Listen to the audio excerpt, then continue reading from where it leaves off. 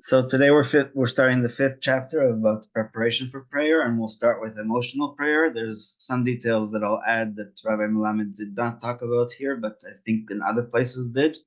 So prayer is intended to elevate and strengthen people. Therefore, knowing that one is about to be uplifted and brought closer to Hashem, a person must approach prayer out of joy and not while in a state of sadness or apathy. And besides that, we are, I think, the only religion in the world that says Baruch Atah Hashem, that we talk to Hashem as if we are talking to our friend. And so that's really the whole tone of this chapter is basically how we approach this amazing experience of connecting with somebody who actually listens. So our sages teach in brachos, one should not pray out of laughter. That's the first detail. So because laughter nullifies one's awe for God, and a person must pray out of fear and submission. I find that the hardest time of the year to do that is on Purim because I'm probably laughing about something else, but thank God we do Amida before we do Megillat Esther, but some of the costumes really disturb me sometimes, and I sometimes find that I want to say another Amida just for Tfilat Nedavah because it's very confusing. Nor amidst talk, because chatter distracts a person from his inner world, and prayer is supposed to emerge from the depths of one's soul.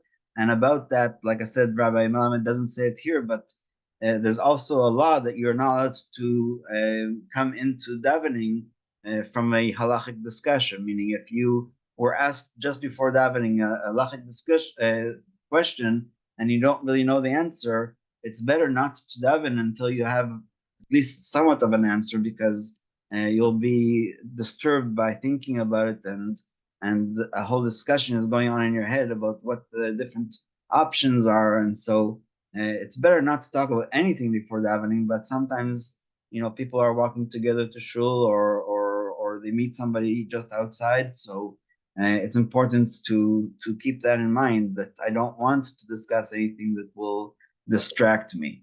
And like I just told Rabbi Hertzfeld yesterday, it was much easier to daven after the police reassured us that everything's okay. So, and the last part of that sentence in Gemara Brachos is nor from lightheadedness and idle words, because prayer is based on the recognition of one's ability to do wonders with his speech. And I think that somebody who wrote a book about Hebrew etymology claims that abracadabra means I will create with my words. And so I think that that's important to understand, that really the power of prayer is so amazing that we already talked about it, how we can do at least half, and especially when praying for sick people and everything else. And so if a person comes to prayer with idle words, he demonstrates that he does not value his speech. And that's from the Lat Raya, which is the commentary of Rav Kook on the prayer on the Siddur. It is good to give tzedakah before praying. That's the Shulchan Aruch's opinion. Most communities today do it either during Vayevarach David or right after Amida before right after Chazara before Tachnun. For by doing so, one approaches prayer pleased and uplifted from the mitzvah he just performed.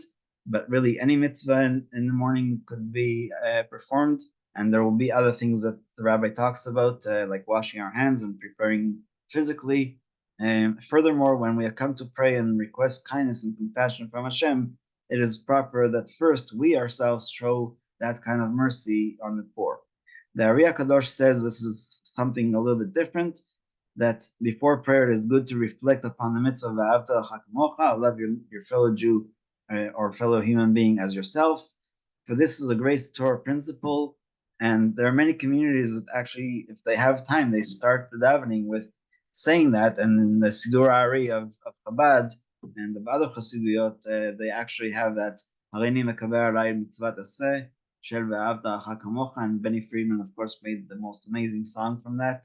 And it's just something good to reflect on, because the whole idea of prayer is written in the plural. That's what he says here, because we are praying for the nation as a whole.